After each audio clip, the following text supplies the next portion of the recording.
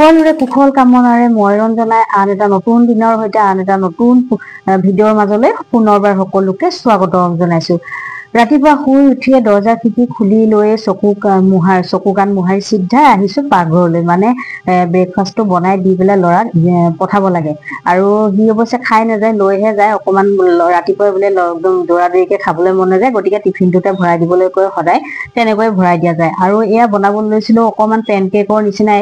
Pancake বুলিও নকওঁ, কাৰণ কেলে সকলোখিনি পেনকেকৰ দৰে, কিন্তু পেনকেকৰ দৰে মানে ধৰক লাষ্টত দেখনীয়াটো পেনকেকৰ দৰে নহ'লগৈ। সেইকাৰণে মই পেনকেক বুলি নকওঁ দেই, মানে মোৰ পাৰফেক্ট নহ'লে বস্তুটোৰ নামটো দিবলৈ মন নাযায়। কিন্তু পেনকেক একদম আপোনালোকে দেখি গমেই পাইছে চাগে ইতিমধ্যে, কিন্তু মানে সেই গম পাব ৰ'ব ভিডিঅ'টো শেষলৈকে চাই থাকিলে।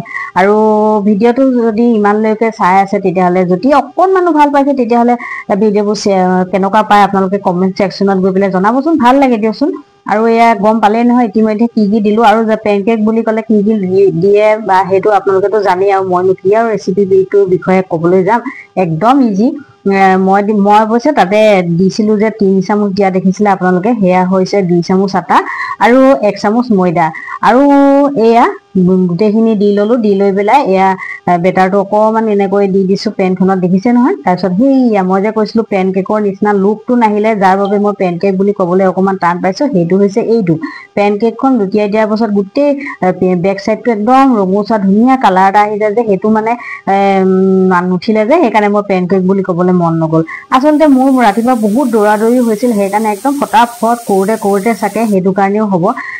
আকৌ মই দুদিনৰ পাছত আকৌ মই বনাই চাইছিলোঁ, সেই তেতিয়া আকৌ বৰ ধুনীয়াকৈ হৈছিলে, কিন্তু ভিডিঅ' নকৰিলোঁ যে সেইদিনাখন, সেইকাৰণে। আৰু এয়া টিফিনত ভৰাই মেলি দি মই আজৰি হ'লোঁ। আৰু যে কাম হয় ঘৰখনত, এতিয়া প্ৰায় যে ৰাতিপুৱা যে বনাইছিলোঁ পেনকেক বনাই দেখাইছিলোঁ, সেয়া বনাই মেলি ল'ৰাক দিলোঁ। দি মেলি লৈ এতিয়া প্ৰায় 3-3.5 ঘণ্টামান হৈ গ'ল। তাৰপিছতহে মই চাহ খাব লৈছোঁ দেই।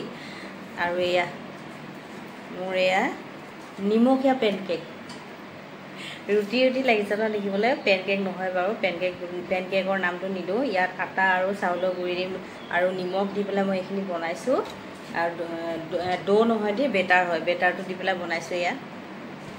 এতিয়া খাওঁ, লগত এটা নাৰিকলৰ লাৰু, এটা গুড় দি বনোৱা। এতিয়া চাহকণ খাওঁ, নহ'লে কলিজাটো ধপক কৰি আছে।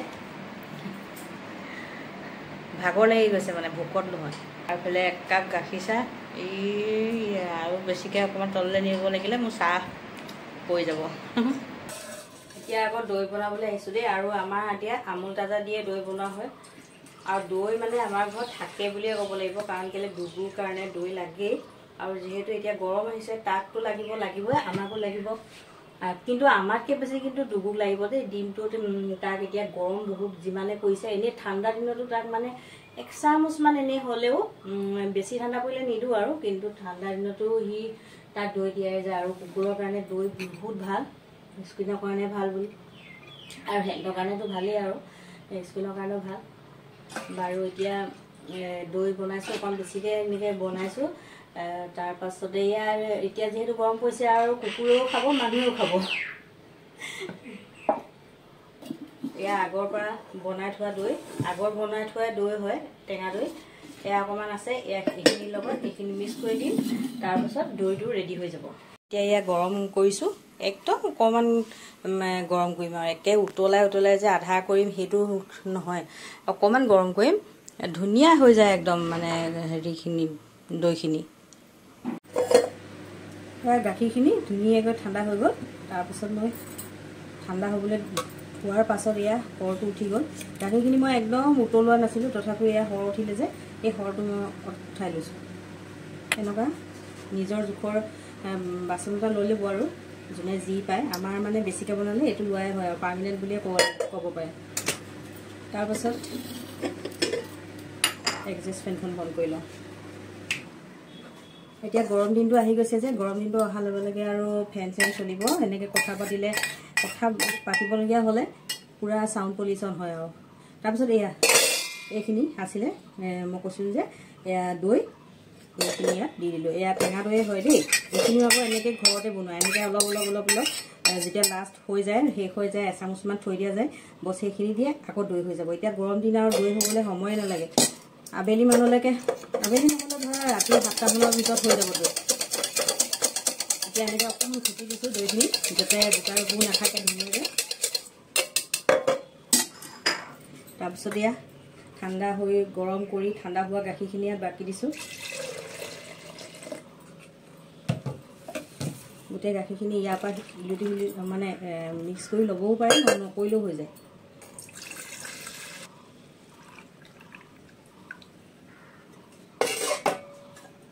এয়া গাখীৰ ভৰ্তি হৈ গ'ল। এতিয়া মই ঢাকনখন মাৰি থৈ দিম। এতিয়া গৰম যিহেতু বহুত গৰম পৰিছে, এতিয়া যিকোনো ঠাইত থ'লেই হ'ব আৰু। যদি বেছি ঠাণ্ডা যেতিয়া পৰে ঠাণ্ডা দিনত চাউলৰ টিঙৰ ভিতৰত ভৰাই থৈ দিওঁ কেতিয়াবা। এইটো এতিয়া থৈ দিওঁগৈ আৰু দৈখিনি হোৱাৰ পিছত যেতিয়া খুলিম তেতিয়া আপোনালোকক দেখাম দেই এইবাৰ। আৰু আমাৰতো বনায়ে থকা যায়, কিন্তু দেখুৱাই নহয় দেই এই বস্তুটো। ৰাতি মানলৈ হৈ যাব। অৱশ্যে এতিয়া এইটো মই এতিয়া নুখোলোঁ, কেলৈ নুখোলোঁ, এতিয়া আমাৰ আজি দিবলগীয়া নাই। দুগু মেইন এইটো দৈ আমাৰ ঘৰত প্ৰয়োজন বেছিকৈ দুগুৰ কাৰণে, গতিকে দুগু কাপোৰ কাইলৈহে দিম দিনত, সেইকাৰণে তেতিয়া কাইলৈ খুলিম আৰু দেই। দৈখিনি ৰেডি হৈ যোৱাৰ পাছত 2 ঘণ্টামানৰ কাৰণে ফ্ৰিজত থৈছিলোঁ। সেইখিনি আকৌ কোৱাই নহ'ল নহয়, গতিকে ভইচ অভাৰ জিন্দাবাদ। এয়া দেখিছে কি ধুনীয়াকৈ হৈ গ'ল। এয়া আপোনালোকক দেখালোঁ মই দৈ বনাই। ভিডিঅ'টো ফুড ব্লগৰ দৰে হৈ থাকিল। এতিয়া মই এডিট কৰিবলৈ বহিহে দেখি তেনেকুৱা যেন লাগিছে। যি নহওক আপোনালোকে ভাল পাব বুলি আশা কৰিলোঁ। এয়া আকৌ ৰাতি ডিনাৰৰ ষ্টৰি। আৰু ৰাতি এয়া বনাবলৈ মেইন আকৰ্ষণ আছিল ডিনাৰত চন্দা মাছৰ এনেকৈ ভাজি এখন বনাইছিলোঁ। আৰু চন্দা মাছ আনিলে আমাৰ ঘৰত একদম প্ৰায় বুলি ক'ব লাগিব, এনেধৰণে বনালে ঘৰৰ সকলোৱে ভাল পায়। আৰু ঘৰৰ সকলোৱে যেনেকৈ খাই ভাল পায় তেনেকৈহে আমি গৃহিণীসকলে বনাম নহয় জানো। আৰু এয়া নিমখ হালধি সানি মিঠাতেল দি এনেকৈ অকণমান ভাজি ল'লোঁ উলট পালট কৰি। তাৰপাছতে লাহেকৈ এই প্ৰচেছখিনি আপোনালোকক দেখাইছোঁ আৰু একেবাৰে ইজি সহজ, একেবাৰে সহজে সকলোৱে বনাই খাব পাৰিব। ইতিমধ্যে বনাই খাইছেই চাগে। যদি কোনোবা আছে বনাই খোৱা নাই খাব বা এনেধৰণে বনাই খোৱা নাই আৰু যদি নতুন ৰান্ধনি আছে তেওঁলোকৰ বাবে আজি মোৰ এই চন্দা মাছৰ ৰেচিপিটো। আৰু এই মাছ কেইপিচ ভাজি হৈ গ'ল, তাতে পিঁয়াজ দি দিলোঁ, অলপ ডাঙৰ চাইজৰ এটাই পিঁয়াজ দিছোঁ। সেনেকৈ কাটি অকণমান মিডিয়াম ধুপকৈ কাটি দিছিলোঁ। অকল 2 মিনিটমান অকণমান ভাজি ল'লোঁ মিডিয়াম ফ্লেমতে। তাৰপিছতে বিলাহী, কেঁচা জলকীয়া আৰু ফুলকবি কেইটুকুৰামান দি দিলোঁ। ফুলকবিটো আচলতে অকণমান টুকুৰা এটা আছিল ফ্ৰিজত, সেইখিনিতো কিহত দি পেলাই মিলাম সেই বুলি পেলাই বোলো আজি ভাজিখনতে দি দিওঁ। তাৰপিছতে জোখমতে নিমখ আৰু হালধি। তাৰ বাহিৰে যে এই ৰেচিপিটোত একোৱে মা মছলা দিব নালাগে। তথাপিও সাংঘাতিক সোৱাদ হয়। বনাই চাবচোন এবাৰ দেই। তথাপিও একেবাৰে ইজি ৰেচিপি, বনাই চাবলৈ কোৱাৰ প্ৰয়োজনেই নাই, কাৰণ সকলোৱে বনাইছেই চাগে ইতিমধ্যে। তথাপিও নোকোৱাকৈ যে থাকিবই নোৱাৰিলোঁ বনাই চাবচোন বুলি। তাৰপিছতে এয়া দেখিছে নহয়, 5 মিনিটমান ল' ফ্লেমত ঢাকনখন মাৰি দি দিছিলোঁ। এইফালে চব্জিখিনি সিজিয়ে গ'ল নহয় ধুনীয়াকৈ, আলুৰ সৈতে সকলোখিনি। তাৰপিছতে এয়া সৰহকৈ ধনিয়া পাত আছিলে, ধনিয়া পাতখিনি ধুনীয়াকৈ মিহি মিহিকৈ কুটি আগতে ধনিয়া পাতখিনি দি ধুনীয়াকৈ সকলোৰে লগত মিক্স কৰি লৈছোঁ। কাৰণ পিছত মাছ দিয়াৰ পিছত আকৌ বেছিকৈ লৰাই থাকিব, মিক্স কৰি থাকিব নোৱাৰিম নহয়, যে মাছখিনিতো আকৌ ভাঙি যাব। আৰু সকলোৱে মাছ কেইপিচ গোটা গোটাকৈ ধুনুকৈ দেখি কাঁহী কাষত পালেহে ভাল পাব। সেই গতিকে তাৰপাছতে ঢাকনখন মাৰি 5 মিনিটমানৰ কাৰণে এয়া একেবাৰে ল' ফ্লেমত দি দিলোঁ। তেতিয়া মানে কি হয়, যোনটো ষ্টিম ভাপতে ধুনীয়াকৈ মাছ কেইপিচ চফ্ট হৈ যায় আৰু খুব ধুনীয়া ভাজিখনৰ সোৱাদ হয়।